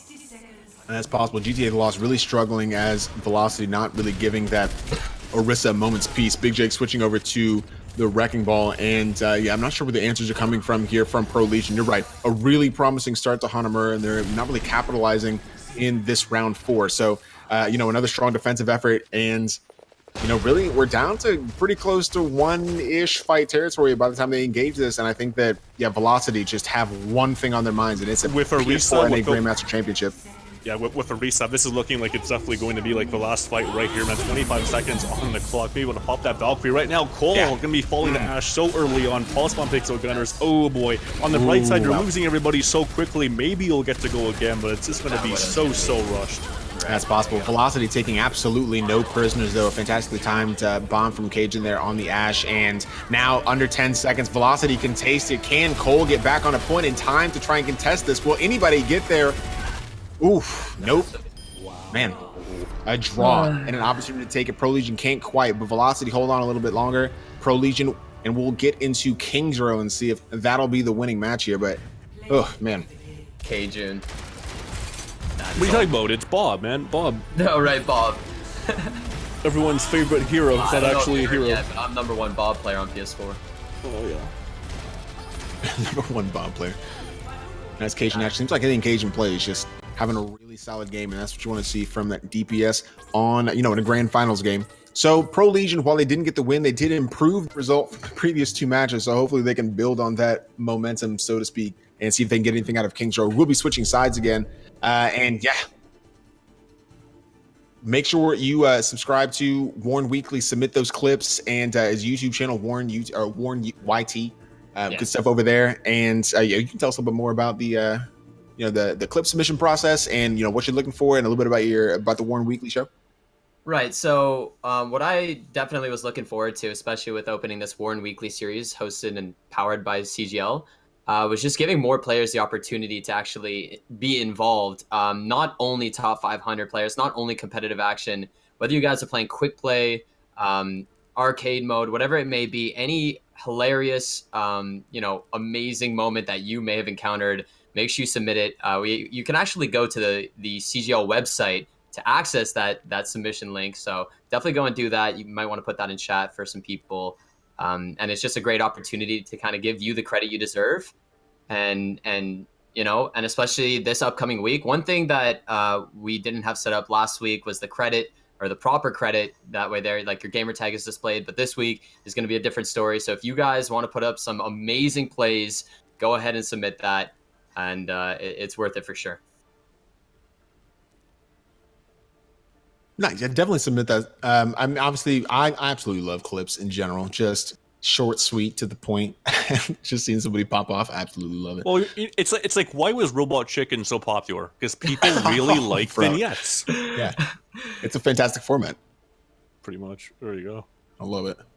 But yeah, Prolegion with an opportunity now to take a match did not quite take that opportunity. And now as we go into King's Row, we're getting back to they will be attacking first. Obviously, their attack has not been as potent as I think they probably want it to be, and velocity has been really in an immovable object, so to speak, on their defensive efforts. It seems like they've got flexible comps, they adapt well, and they defend really well. So how does Prolegion attack this next point, with everything to play for? There is a very important thing I have to bring up right now, and that is the win condition has changed immensely here, okay? Because Velocity X is up, so it went 2-0, and then they tied the last one. So now, they're in a position now on King's Row has any sort of draw scenario, that now becomes a win scenario for them to win this series by a score of 2-0, because in this format that we have, unfortunately, right now in CGL, you can win a series by tying. In this situation has arisen right now. So what you have to do if you are Prolegion, you do have to play much more aggressive, and you're at the same time, man. If you are Velocity, you can take certain fights slower if you want to. You can help. If the more drawn out these team fights are, the more this is going to help you down the line. Because if you can get to a situation, man, where you can draw, that's it. Like a win condition, you have more than one win condition now. It's absolutely nuts. Yeah, you're actually exactly right. I mean, what he's explaining, if you're not quite sure, is because we play a 5-map series with a tiebreaker if need be, that you just need the map advantage out of the first 5 to win. So if we were to draw 2, there's only 1 map left, and they've already got 2 points. So that's why that would be the win condition. So that technically could be the case. Ideally, we'd like to see them be able to win it outright, or see Prolegion come back and do the same should we have to go to that Watchpoint Gibraltar time map after Lijiang, should Prolegion win this one. But still a lot to play for. Prolegion just have to pull off the reverse sweep. Be a miracle if they could, and really, man, if they can pull off the reverse sweep here, that Hanamura defense that they just had is going to go down in history as one of the most insane defenses of all time since 300, I guess. Or like the Alamo or something. Well, I guess that was a failed defense technically. That was an unsuccessful defense. So maybe not the Alamo. But we see Cajun on the defense come back out on the Ash. Meraki going straight over to the Fair, and I think that's going to be a solid composition here for the defenders. Time Worn Hippo for Velocity on the Orisa, like we've seen. For the other side, they're looking for the Fair fight again, perhaps. Obviously, always difficult to tell, but it looks like this might be pretty close to their final comp, as Stimp is on the Widow as well. Maybe looking for some gaps early. Well, Warren, what do you think so far? What do you think from these two sides? What does Prolegion need to do to try and take something from this? I think Stimp needs to warm up. Stimp definitely needs to counter hit scan Cajun. Right now, Cajun is uncontested. He has so much space. And even with Big Jake on the Hammond, I don't think it's enough. Stimp needs to get those headshots in. Interesting, we don't see more of Big Jake on the road. Hopping off in the opportunity. Got coming around the corner now, looking for maybe a bit of team sitting behind that shield up front. The Farah from the defense, Meraki seeing him immediately, a little bit of poke damage coming through, but he'll get healed up. Trying to see exactly where this flank is going. I'm not too sure. Stimp though on the Widow, still looking for a little bit of space and gaps perhaps behind the statue. Can't quite find them yet, as the defense is using the Alderworth to protect themselves. A bit of a natural barrier to not have to burn down Time Worn Hippos, a shield, and immediately a swap coming through. 2 supports down, but the res comes back for both. So still a 6v6. Those mercies crucial for both sides. And just about 60 seconds gone. Nobody with a clear advantage yet. Yeah, they are, however, allowing Prolegion to slowly but surely take control of the point, get in a good position, and finally now it doesn't look like they are going to be... Look at these two barriers. I mean, you never really see two Orisa barriers so close together. They're practically touching. It's just weird. Agent switching over to the Soldier, interestingly enough, to deal with Gunners on the Pharah. It's going to be, yeah, Prolegion. Look at that. Just 2 minutes, not even 2 minutes off the clock. It's minute 15. They're able to take the first point. Huge here for Prolegion, who, again, needs something out of this game. Now 5-13 as they enter the streets phase. Yeah, I see Tom and Hippo now going onto that Reinhardt. So, and Javi sticking onto the Diva. This is, I don't really know for sure about this one. I'd like to see a Zarya come out here. I mean, Zarya, Reinhardt, really, like, you know, the, like, you know, it's like, you know, a Risa Hog. We're certain tanks just have, like, you know, proper combos. Diva, Winston too. Ryan Diva, better to run the Zarya here, I would say, but the Diva is going to give you some advantages or some benefits against the Pharah in the sky and that Widowmaker damage. So, see how that ends up going for him. Gunner still poking through, now has a Rocket Barrage and looking to be effective with Prolegion. They'll use a few now with the Valkyrie, the Infrared, or the Infrasight, and the Supercharger up. A Reinhardt switch, though, from Time Worn Hippo, looking to really cause some disruption in and around this bunker cop here from Prolegion. Here comes a Transcendence, though, from Pyro for the defenders that could really help as they get that res onto their main tank, Time Worn, and maybe an opportunity for them to continue pushing back. I really liked how they coordinated that. I think, you know, just losing the one, not bad to invest the Transcendence there, but I could be completely wrong. However, they're turning this fight around, Monzo. Getting that quick on of a Mercy so early on is going to help them out immensely. And without the Lucio speed boost, still going to be able to get the confirm onto Gunners. And there's a late DMEC on the Heavy, actually. So that's huge. That is, yeah, that is absolutely massive. This is what you really want to take advantage of. Gunners still with the barrage in the pocket. They've got a barrage on both sides now, caging close to a Deadeye, and we've seen how effective it can be with those. Still an aggressive push here from Time Worn, swinging big in behind the Orisa Shield from Prolegion. There's the barrage from both sides. 2 members down as Gunners actually gets taken out by Meraki, cutting that short. Big Jake with another kill means the attack from Prolegion has the 5v4 advantage here. Still trying to pressure this Reinhardt. Time Worn Hippo very, very low as GTA's just now built a Supercharger. They finally worked down that Reinhardt, and they will not be stopped as they continue pushing this payload. Yeah, nice late DMEC on the Heavy as well. Probably going to force them to jump off of the map and reset. No, he's actually going to be taken out by Walnut Tail, who, again, man, is on this Mercy doing, you know, probably more damage than Stimp was doing on that Sombra. You're probably not wrong, honestly. A lot of ultimates building here for Prolegion. They'll coast into B. Presumably, I don't think Time Warren's got the fortitude to be able to contest this by himself, but we'll see what they try and do. They'll leave it. Prolegion take the second point, and a very good map for them so far on Kings Road. A lot of ultimates to work with, and they're staggering them well. Self-destruct over the top. Those advantageous, huge here from Javi. Able to find the two, but they continue rolling. Or rather can't, because Velocity shutting them down. And nice there. Putting the brakes on from Javi, and I think that's exactly what they needed. Still ultimates working here for Prolegion as Big Jake switches to the Roadhog. Yeah, Big Jake going back to his bread and butter here on the Roadhog. Both support ultimates are online. Go crazy with the Sound Barrier, Walnut Tail with the Valkyrie. So, be interesting to see how they take this next fight. Meraki's still quite a ways away from the EMP too. So nothing to, not gonna be able to EMP and counteract those sound barriers that just comes out right now.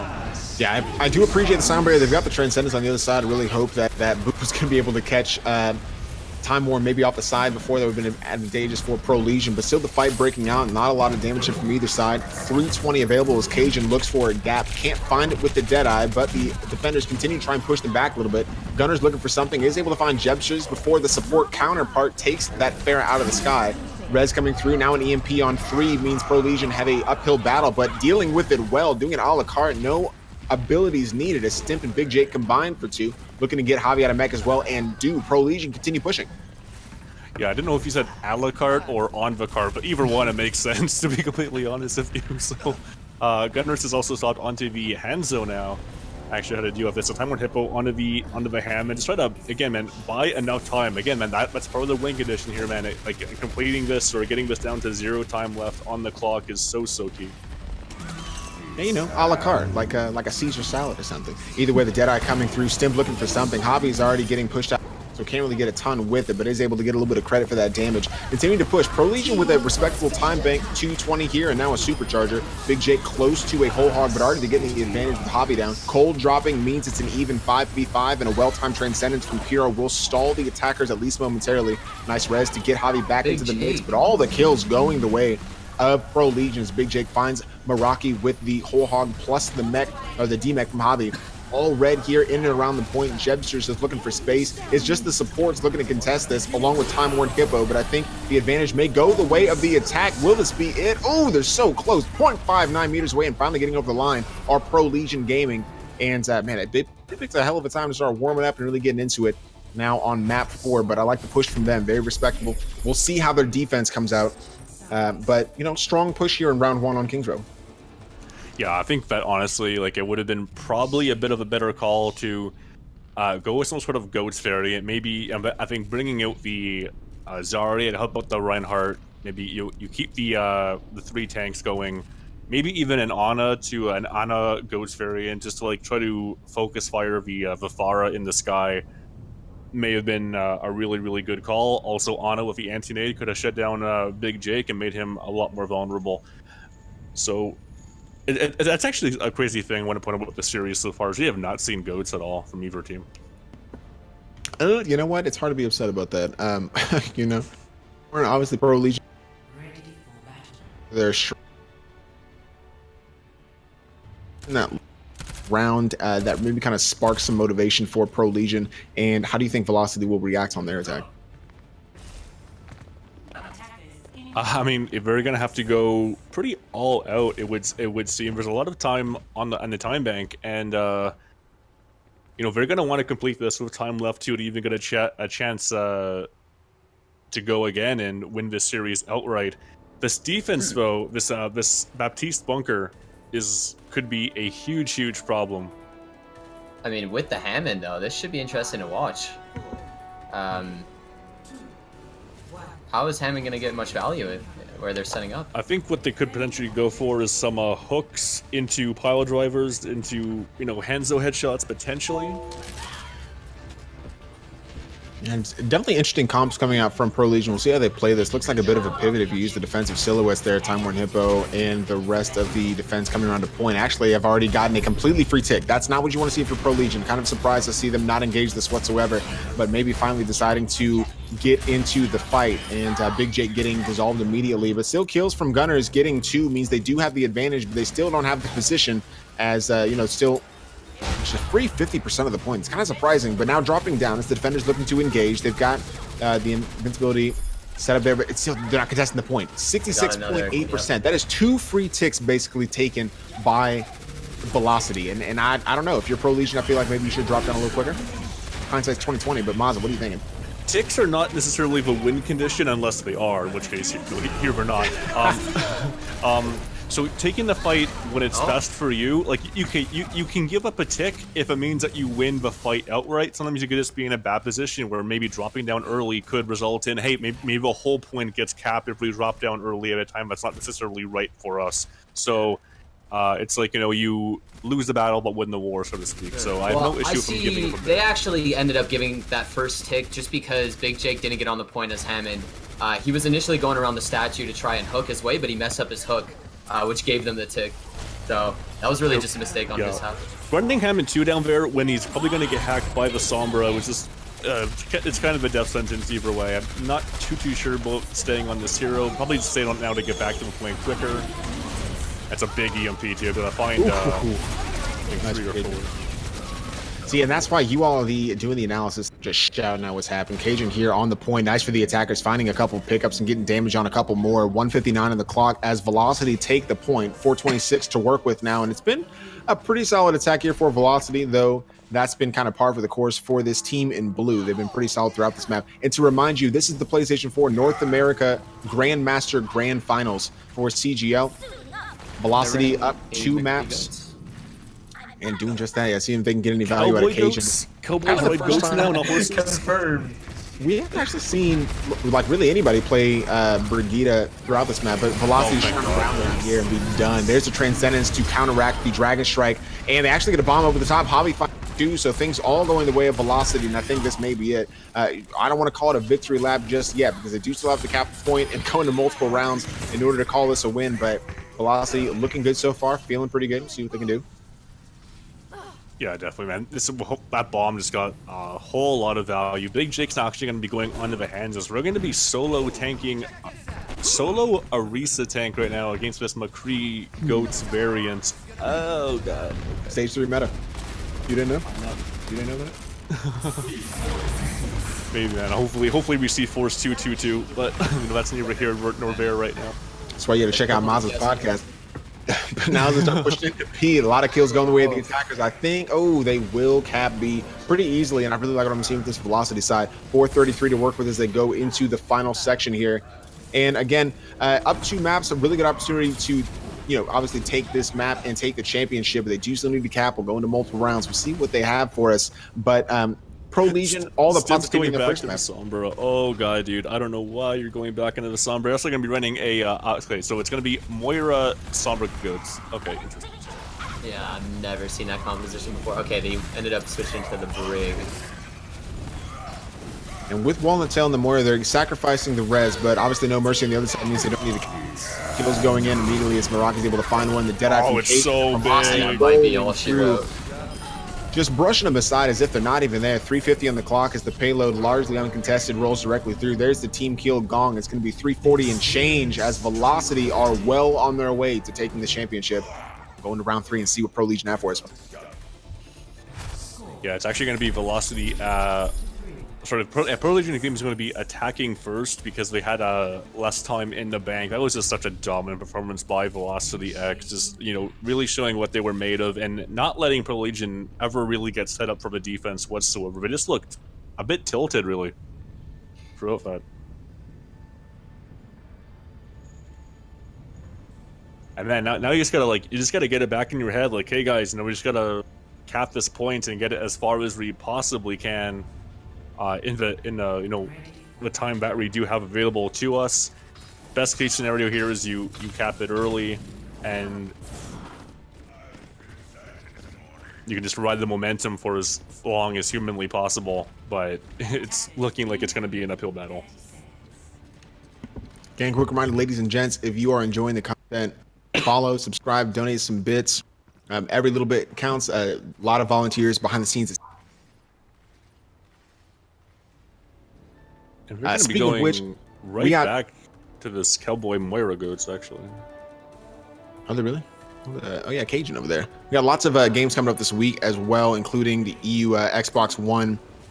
Looks like Master Final tomorrow, Phoenix Forsaken and Dirty Ratters. But then Friday, Saturday, and Sunday is where the bread and butter of all of these finals will be. A lot of lineups. Make sure you check the Console Gaming League Discord, discord.me/Console Gaming League for all that juicy information. We'll get that schedule out to you. But now as the attack breaks out here for Prolegion, the minute 30 just to come in and try and make a difference. Big Jake in quickly with the slam. Can't quite find anything. Has to retreat to the safety of his supports as the defenders get a pick early via Meraki. It's a 6v5 and Prolegion recognizing they need to cut their losses, so to speak. They'll drop out. Walnut Tail not quite able to get away. Bit of a stagger, but Prolegion will fight another day.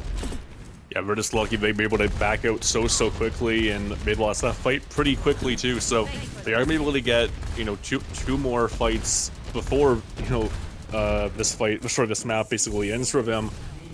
Minute left on the clock. Big Jake gets up onto the McCree now to try to just get some match Cajun, but again, man, you're putting GTA Velox in the solo tank position against 3 tanks. It's in a Orisa, man. This is just not looking very good whatsoever.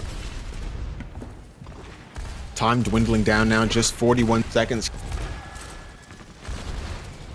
I mean, Orisa engagements are just so slow that you're really putting yourself in a one-fight territory, just depending on how quickly you can get this fight going. And it's a nice rotation, actually, to the side through the hotel. Ooh, big pick immediately from Cajun, though, able to find 1 second with a Deadeye and all the advantage.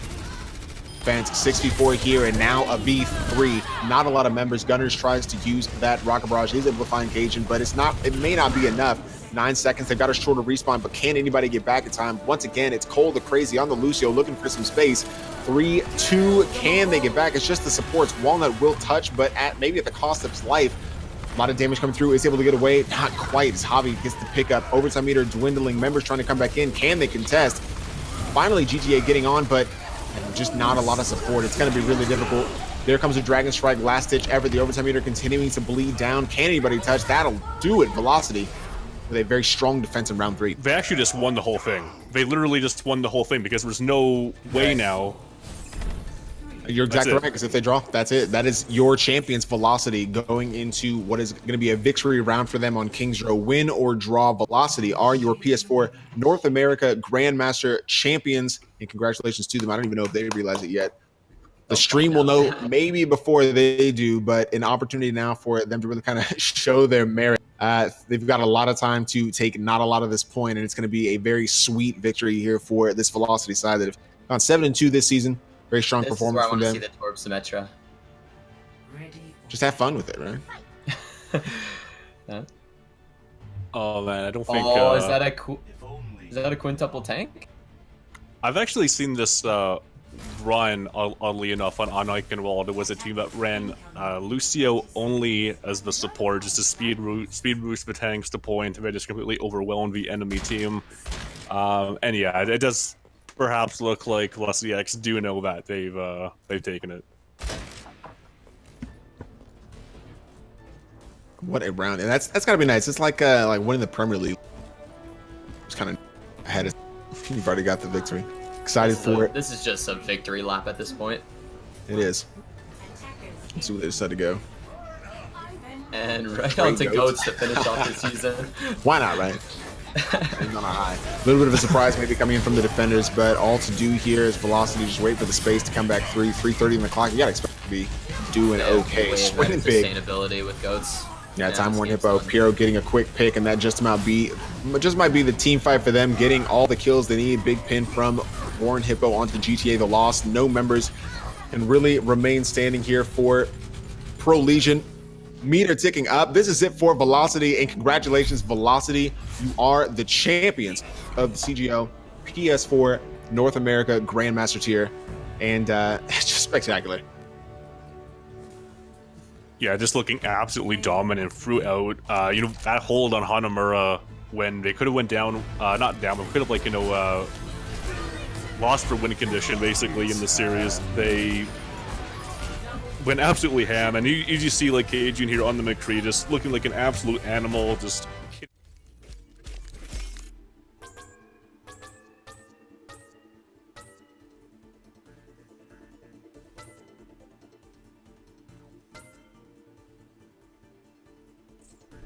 But Cajun just really getting down with some individual efforts as a lot of other things. We'll get to that in the post game, ideally, but we'll be at a quick intermission, and we'll come back with the conclusion of this game from the multi-tier console tournament right after this.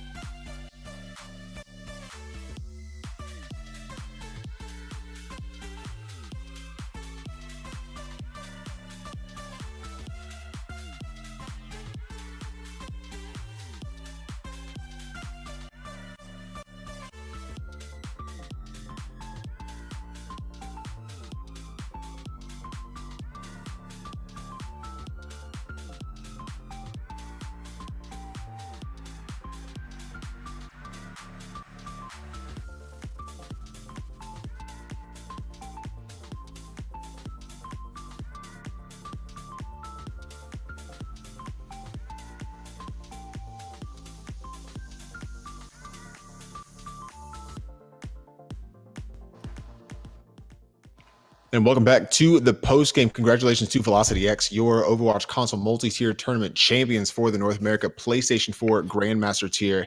And a really solid game, honestly, making it look easy with a 3-0 cleanup of Prolegion Gaming. And honestly, you wouldn't expect these teams both coming into this game 7-2, but really strong finishes on Route 66, Ilios and Hanamura. Well, I guess the draw on Hanamura, and then the win on Kings Row to take the championship.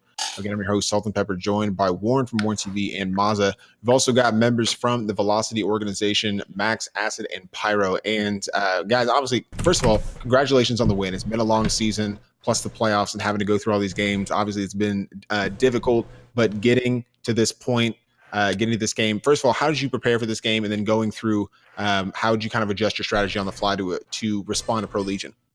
Well, pretty much we used a lot of inside. We looked at a lot of scrims that they did, scrim VODs. We pretty much used the strats that they comps and strats that they used a lot, and we pretty much formed comps around those to pretty much abuse them. They got us. They kind of took us for a loop on Hanamura, because everything we had looked at was not what they ran. So they actually kind of swept one from underneath us just by having this comp we weren't prepared for. You still drew that match, man. You had a 4-minute, 21-second defense without even a tick taken on Hanamura. Yeah. I honestly feel we shouldn't have even drew that map. I felt like we would have steamrolled second point. There was a 5v3 on point that we should have won. I was actually saying that if you go back and watch the commentary, I was like, man, it's crazy that they actually were able to hold that. And I was saying that too, man. Like if you had taken that first point, you would have steamrolled B because you had the ultimate advantage in your favor. But yeah, still went out overall. We honestly had an idea that they weren't gonna run goats against us, so we just thought about what DPS would take them out of their comfort zone because we knew they couldn't flex that hard. So we just had Javi on D.Va annoying their DPS, and we picked DPS that could just 1v1 and out kill them. So actually, that kind of brings us to a question we have from Addy72 in chat. What mistake did you abuse the most? More like, what did you identify and be able to capitalize on the most? And then how did you kind of do that through the matches? So the biggest thing, which we knew, we know all their players well enough to know that they do not have very good flexibility. Everyone on their team has at the absolute most a 3-hero pool. GTA is pretty much an Orisa one trick. We knew they were mainly going to have a Sombra and then some kind of projectile character. We kind of knew what they were going to run, and Orisa isn't very strong against faster style comps. So we knew that goats would be extremely strong against them. And we were taking advantage of just one player out of position. We found it, we killed him, and then we just took every fight from there. Yeah, Moss and Warren kind of discussed that a little bit, how the disadvantageous because the fact that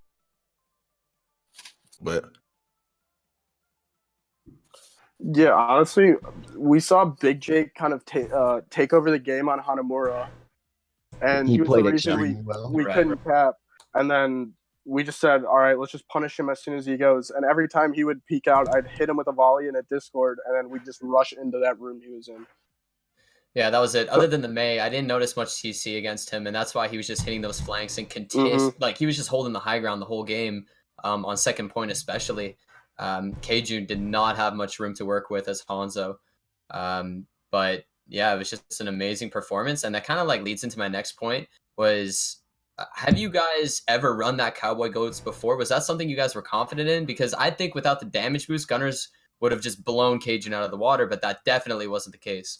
Well, we ran Goats pretty often in scrims, usually playing against other really good Goats teams. But with PVR there and knowing that Gunners pretty much only can play Pharah and some Hanzo, and he has somewhat of a limited hero pool, and PVR is pretty much literally the best McCree in North America, pretty by far. Yeah, I'd agree. You come close to him, and pretty much you have PVR with too much peel, he and tanks sitting in front of him, nothing's gonna kill him, and he's gonna hit every single shot, shut them down.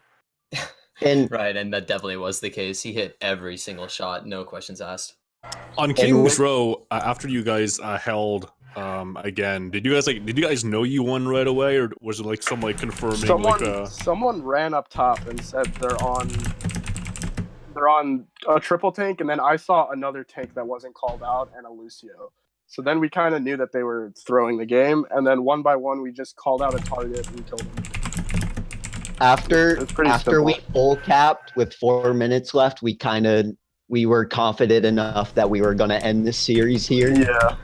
Even if they ran a real comp, I'm pretty confident. Yeah.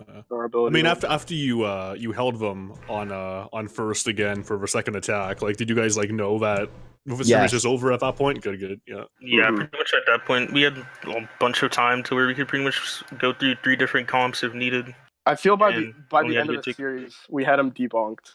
Nothing they would have done, like, we didn't have an answer for. So it was just a matter of time before they stopped drawing maps. You brought up scrim VODs before, but you guys got to look at. Were those like public? Like, how did you guys like just study up? The VODs are public. People stream the scrims. You just try and find whoever you can like pretty much use the VODs from. It's not like they're just giving we post our own scrims too, so I'm not really a fan of us revealing that because now people are going to stop streaming, so I can't really study that anymore. Has been a good season though. So what is I guess like also plug your, if you have any like social handles or anything, definitely plug that. What like what future for your organization? Like what are you guys moving on to? What else do you have? Well, I guess the next thing we're gonna do is play or attempt to play in the ELO tournament that's coming soon. Okay. And I guess go from there. Just keep playing. Where can people follow you if they want to get involved? My Twitter is at MadMax7701. At acid_OW. Follow that man and retweet everything. Thank you. His Twitter's trash. Oh my god. Just like yours then. Okay. God, coming back. All right. Good stuff, guys. Really appreciate it. Again, we've got Max Aston from Velocity X, your North America PlayStation 4 Grandmaster champions from the Overwatch console multi-tier tournament. And honestly, a really solid game. The 3-0. You know, what are you guys going to spend your money on? I want to know. Story, I was already looking at the PlayStation Store. Nice. Jeez. There are plenty of games I want to buy right now. Yeah, pretty much. Just more games. Nice. I like it. It's good stuff. Not going to buy any like marijuana, anything like that, or? Oh my god. Are we allowed to say that on stream? You guys Obviously, can invest in a mascot. States and countries where that's you guys gonna get any Bitcoin or what? Like, nah, bro. I'm just saying. That's it. Monty, you are killing me. You need to buy any new games and you have Overwatch, man. Exactly. Well, you can use Overwatch as like your gateway to get other games by winning. Yeah, then, see, that's what I do. Yep. All right, well, like I said, Max Acid and Pyro, really appreciate you guys coming in, and again, congratulations to Velocity. Guys, tons of games coming up this week for the championship week. Like, we've gotten a few done. We had two last night, one on Monday. I've got one coming up tomorrow on Thursday, but Friday, Saturday, and Sunday are really where it's at. A lot of those huge championship matchups, including a Grandmaster doubleheader from EU for both Xbox and PlayStation 4 on Saturday at 1 p.m. Eastern and 3 p.m. Eastern. So definitely make sure you're checking that out. We've got this the Grandmaster Finals for North America Xbox One between Banditos and the Throne. And I think I think that's is that an LXS rematch? Was it?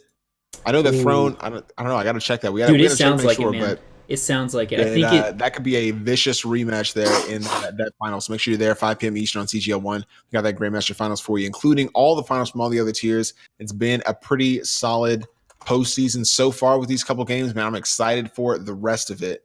So yeah, any final thoughts, Maza? Warren, make sure you subscribe to Warren as well. Make sure you know on his channel. Any other things? I think we're good, man. I just let's bring on the next series. Okay, good stuff. Make sure you guys are submitting clips for the Warren Weekly. It's Friday, 4 p.m. Eastern as well. Get in on that. other than that, man, I don't think I have anything else. Mazza, I really appreciate you jumping in and getting that play-by-play. Warren with the solid analysis, and Swift, you guys don't even know, in the background doing all the production, crushing it for you here on stream. And really appreciate you guys. you. Thanks for the invite. Absolutely. Thank you to chat for hanging out and being a lot. Appreciate that you are here watching us. And again, make sure you follow and subscribe. You've got Twitch Prime. Throw that Prime subscription. It's free to do so. And, we appreciate it. Every little bit counts. We really appreciate all the support. So yeah, make sure you guys have a fantastic night. And that'll do it for us, for Swift, for Mazza, for Warren, and for your champions from the PlayStation 4 North America Grandmaster tier, Velocity X. I'm Salt and Pepper, and we will see you guys next time.